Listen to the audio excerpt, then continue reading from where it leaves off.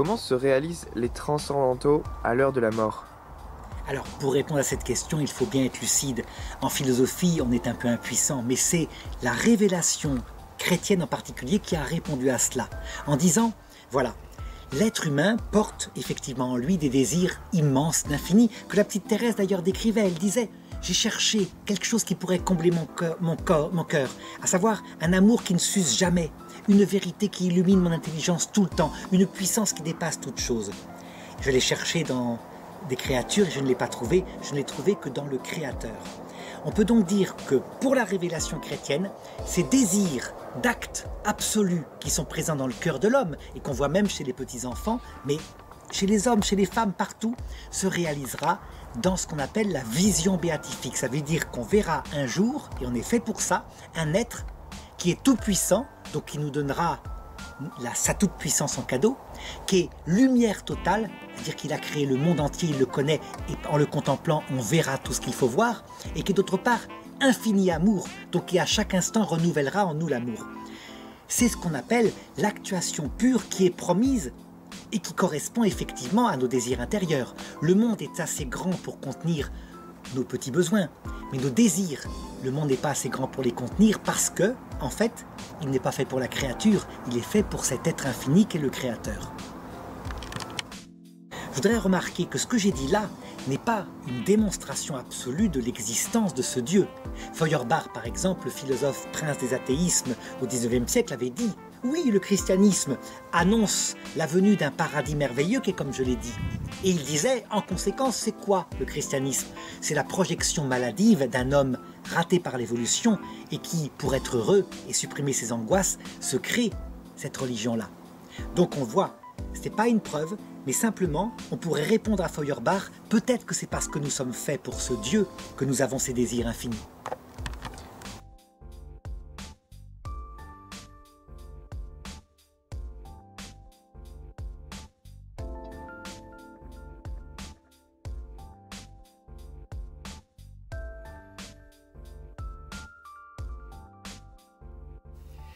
Le bon larron qui fut crucifié à la droite de Jésus est-il le premier saint canonisé?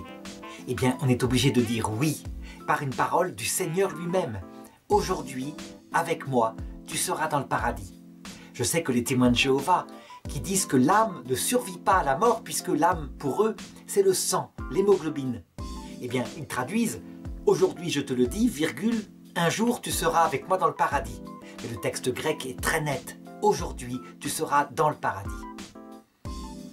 Donc la canonisation, c'est l'affirmation solennelle et véritablement définitive qu'une personne est au paradis à tel moment.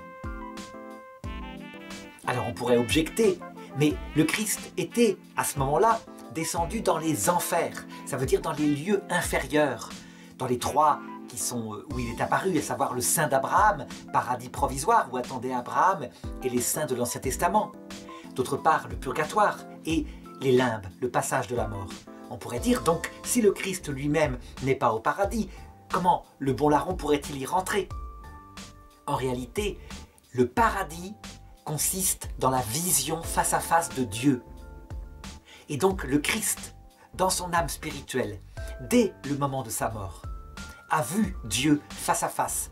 Il est Dieu, certes, mais son intelligence humaine a vu sa propre divinité, ainsi que le Père et le Saint-Esprit. Eh bien, le bon larron, lui aussi, ainsi que Abraham ce jour-là, et des millions sont entrés dans la vision béatifique. Le paradis, ce n'est donc pas d'abord un lieu où poussent des arbres magnifiques. C'est certes aussi un lieu, puisque à la résurrection nous y vivrons. Mais c'est d'abord le fait de voir Dieu face à face, au point que ne rien avoir, mais avoir la vision béatifique, c'est être heureux de tout. Tandis que l'inverse, tout avoir, comme en enfer, la richesse, l'argent, tout ce qu'on veut. Et ne pas avoir la vision béatifique, et le prochain non plus, puisqu'ils sont égoïstes, c'est n'avoir rien du tout.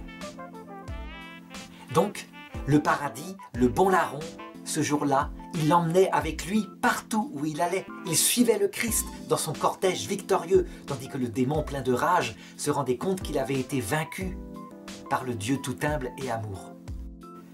Quant à l'entrée dans l'autre monde, cette fois, donc l'autre monde qui est un lieu magnifiques, des arbres, des animaux que les gens qui approchent la mort voient.